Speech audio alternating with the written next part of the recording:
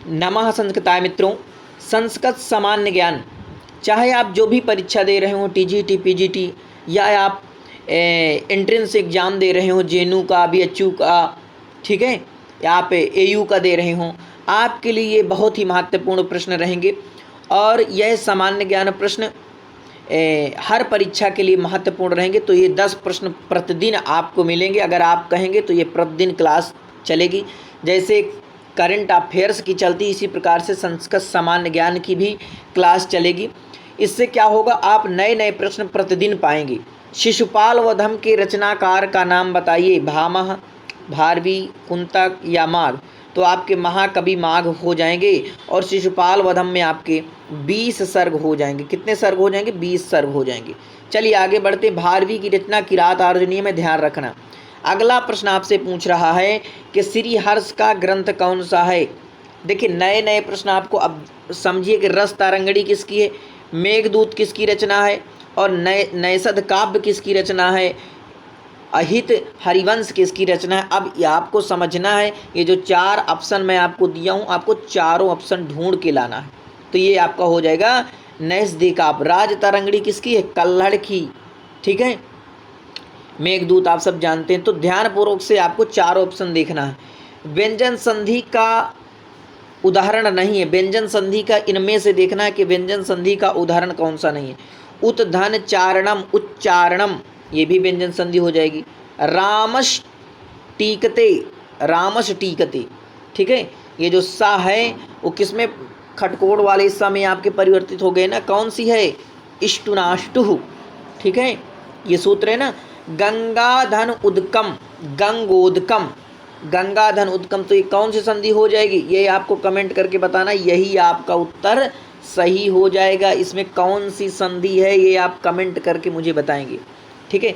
और सत धन चित, सचित, ये भी आपकी विसर्ग संधि ही हो जाएगी। अगला प्रश्न है राम। देखिए सब प्रश्न इस पर क्या करेंगे हम, व्याकरण, और व्याकरण आपका रहेगा। इसी पर आपका साहित्य रहेगा, साहित्य।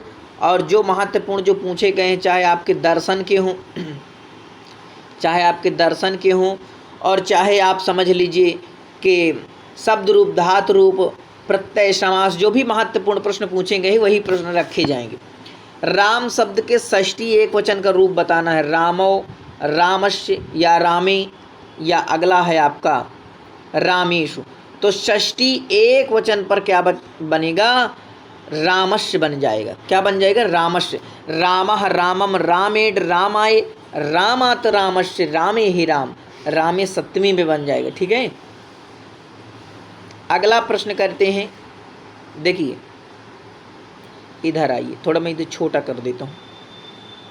हाँ, पठ धातु के वर्तमान काल में मध्यम पुरुष के एक वचन का रूप। अब मध्यम पुरुष पूछ रहा आपका, पठ धातु का, ठीक है, मध्यम पुरुष, और मध्यम पुरुष का एक वचन। तो आपको सी लगा देना है तुरंत। मध्यम पुरुष पर एक यानी कि सी। देखिए मैं आपको एक ट्रिक बताया हूँ ना, जैसे मध्यम पुरुष का आपको ध्यान देना, जैसे ती, सी और मी। अगर सी आए तो ये मध्यम पुरुष हो जाएगा, और ये आपका प्रथम पुरुष, मध्यम पुरुष, और ये हो जाएगा उत्तम पुरुष। तो ये आपसे मध्यम पुरुष पूछ रहा है, तो ये आपको सी लगा देना है। पठासी एक वचन में बन जाएगा, ठीक है। अगला प्रश्न है कि मालती। देखिए मैं और बड़ा कर देता हूँ। मालती माधव के रचनाकार कौन है? भारवी की किरातार्जुनीय, कालिदास, मेघदूत, श्रीहर्ष, नैषधि चरितम, भवभूति। मालती माधव एक प्रकरण है। क्या है? एक प्रकरण। इस पर 10 अंक हो जाएंगे मालती माधव में, ठीक है, मालती माधव में। तो ये आपका भवभूति की रचना हो जाएगी। अगला प्रश्न है इत्यादि का सही संधि विच्छेद क्या है? इत्यादि, इत्यादि का संधि विच्छेद क्या होगा? तो इति प्लस आदि। देखिए ये आपके तीनों गलत हो जाएंगे। इति प्लस आदि, तो यह आपका डी नंबर बिल्कुल राइट उत्तर हो जाएगा। इति प्लस आदि, इत्यादि, ठीक है। अगला देखना है तेजोमय का संधि विच्छेद क्या होगा? 2 प्रश्न मैं आपके लिए छोड़ूंगा ताकि आप उन्हें कमेंट करके बताएं तेजोमय का सही संधि विच्छेद क्या होगा। इनमें से आपको यह प्रश्न आपके लिए है, आपको कमेंट करके इस प्रश्न को ज़रूर बताना। ठीक है, ठीक है। अगर आप बताएंगे, गलत भी बताना, जो भी आपका मन हो आप लगा देना इस पर उत्तर, फिर मैं आपको बताऊंगा कौन सही होगा।